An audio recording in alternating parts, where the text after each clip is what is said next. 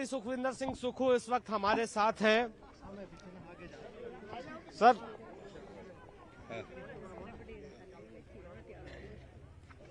धुआंधार प्रचार चल रहा है मुख्यमंत्री,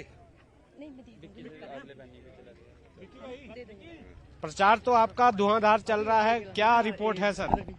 नहीं, ये चुनाव जनता लड़ रही है और जनता का चुनाव है।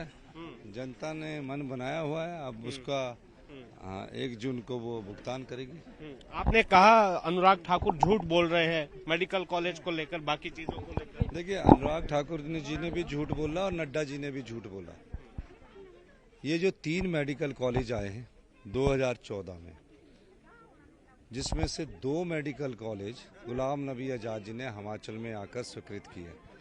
2 कैंसर के संस्थान स्वीकृत किए। गुलाम नबी आजाद जी उसमें हेल्थ मिनिस्टर थे, डॉक्टर मनमोहन सिंह जी वहाँ हमारे प्राइम मिनिस्टर थे। तो जो एक नाहन आया था और एक चंबा आया था, ये बैकवर्ड डिस्ट्रिक्ट के नाम से आए थे।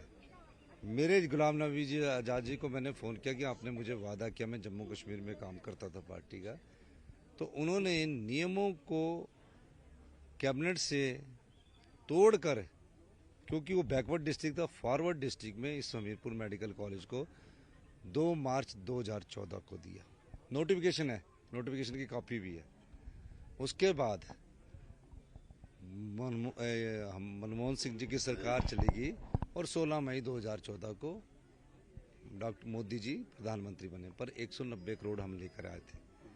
अगर ये मेडिकल कॉलेज इन्होंने स्वीकृत करवाए होते तो नाहन के मेडिकल कॉलेज का YS परमार, हमीरपुर के मेडिकल कॉलेज डॉक्टर राधाकृष्ण और पंडित जवाहरलाल नेहरू चंबा के मेडिकल कॉलेज का नहीं होता। तो ना नड्डा जी को झूठ बोलना चाहिए, जब अनुराग जी को भी झूठ नहीं बोलना चाहिए। प्रियंका गांधी को लेकर भी अनुराग ने कहा कि वो झूठी गारंटियां बांट रही हैं। झूठ का तो मैंने आपको खुलासा कर दिया।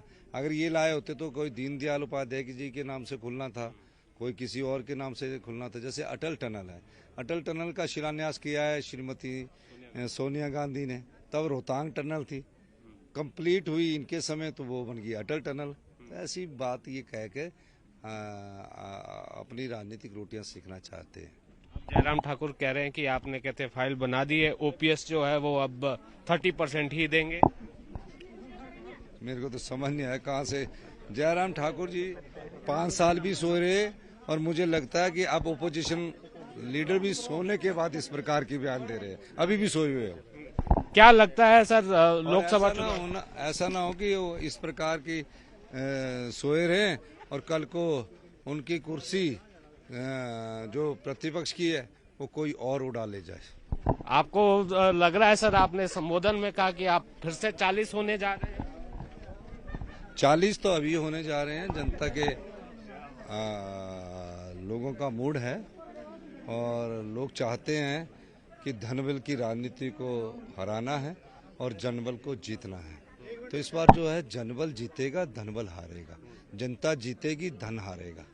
तो उसकी लड़ाई है, ईमानदार और बेईमानी की, ईमानदार और बेईमानी की लड़ाई है, सत्य और असत्य की लड़ाई है। अब देखिए ना, हाथ बेचकर कमल खरीदा उन्होंने, बीजेपी के कार्यकर्ताओं की भावनाओं का भी सम्मान नहीं किया। तो बीजेपी वाले कार्यकर्ता कह रहे हैं कि ये कमल मुरझा गया है। उनकी वो कह रहे हैं कि ये 3.5 साल का इलेक्शन है, 3.5 साल बाद 2027 में हमारा इलेक्शन आएगा। अगर 5 साल बाद जो चुनाव होता है उस चुनाव में हम पार्टी का पुरजोर कोशिश करेंगे। लेकिन आज की तारीख में ठीक कहा उन्होंने कि बिके हुए कमल के साथ वो चल नहीं सकते। राम मंदिर के नाम पर वोट मांगा जा रहा, मैं अनुराग ठाकुर की सभा भी कवर कर रहा था, वो लोगों के बीच कह रहे हैं कि कांग्रेस की सरकार आएगी तो राम मंदिर पर बुलडोजर चल जाएगा। हिमाचल प्रदेश सरकार ने राम मंदिर में पूरे दिन की छुट्टी की, केंद्र सरकार ने आधे दिन की छुट्टी की। राम के आदर्शों को मानने वाले हम लोग हैं कि वो लोग हैं जो पूरे दिन की छुट्टी कर रहे हैं? तो मुख्यमंत्री हमारे साथ थे और यहाँ पर मुख्यमंत्री ने फिर से जीत का दावा किया है और नेता प्रतिपक्ष को लेकर भी बड़ी बात यहाँ पर जो है मुख्यमंत्री ने निशाना साधा है। जयराम ठाकुर पर भी और अनुराग ठाकुर पर भी बड़ा हमला यहां से बोला है कि अनुराग ठाकुर झूठ बोल रहे हैं। हमीरपुर के कांगू से मेरे कैमरा सहयोगी दीपक राणा के साथ रणबीर सिंह, न्यूज़ 18 हिमाचल।